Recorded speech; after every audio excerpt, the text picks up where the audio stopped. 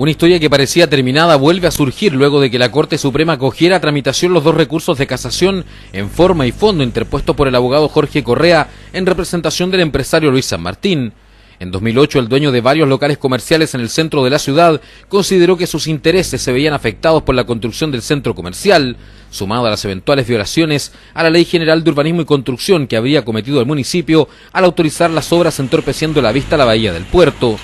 En ese entonces, el primer juzgado determinó que el empresario no tenía interés en el reclamo, es decir, no era actor relevante de la discusión como para demandar sobre esta materia.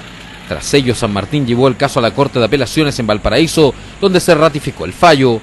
Para el abogado Jorge Correa, aquí se comete el primer error, pues la Corte no solo falla en la forma, sino además se refiere al fondo del asunto. Son dos recursos que son casación forma y fondo. Los recursos de casación en la forma se refiere a vicios procesales que se habrían cometido, como por ejemplo que la Corte de Apelaciones de Valparaíso hizo algunos pronunciamientos de fondo sin que se le hubiesen solicitado, sino que debió haber fallado lo que se indicaba en primera instancia.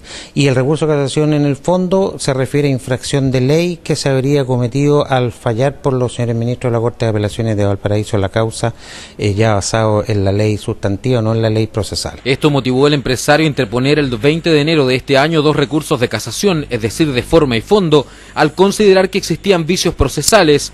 Los argumentos interpuestos serían de tal fuerza que la Corte Suprema decidió acoger a tramitación estos recursos, es decir, deberá ahora pronunciarse sobre el tema. En la práctica significa que la excelentísima Corte Suprema consideró que los recursos estaban bien confeccionados, están bien interpuestos, tanto en los requisitos que exige la ley como dentro del plazo, y por lo tanto la excelentísima Corte Suprema los declara admisibles, lo que significa que los admite a tramitación y que están ya listos para ser incluidos en la tabla de la sala respectiva de la excelentísima Corte para que ellos entren a pronunciarse sobre el contenido de estos recursos. Dos complejos escenarios que podría enfrentar el municipio de San Antonio y el propio centro comercial.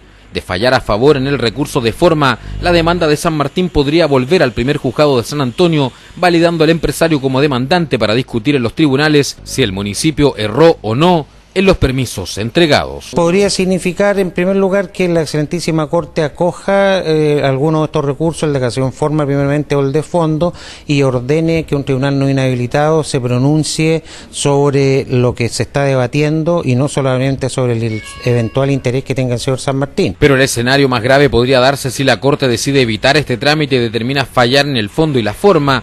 Si es a favor del empresario, la Corte Suprema está en condiciones de decretar la demolición del centro comercial. Ella conozca los antecedentes que se tuvieron en vista para construir esto y determine en definitiva si esto fue respetando la ley o fue al margen de la ley o con algunas omisiones. ¿Eso podría significar llegar a determinar la demolición del centro comercial? Eventualmente podría hacerlo. ¿Es grave la situación que se vivió aquí, particularmente con la autorización de construcción del centro comercial? Nosotros estimamos que es grave. Un capítulo que está lejos de terminar y a simple vista parecía dormido. Cualquiera sea el escenario, el municipio deberá clarificar los permisos entregados porque el abogado ya anunció que de no haber resolución favorable acudirá a instancias internacionales.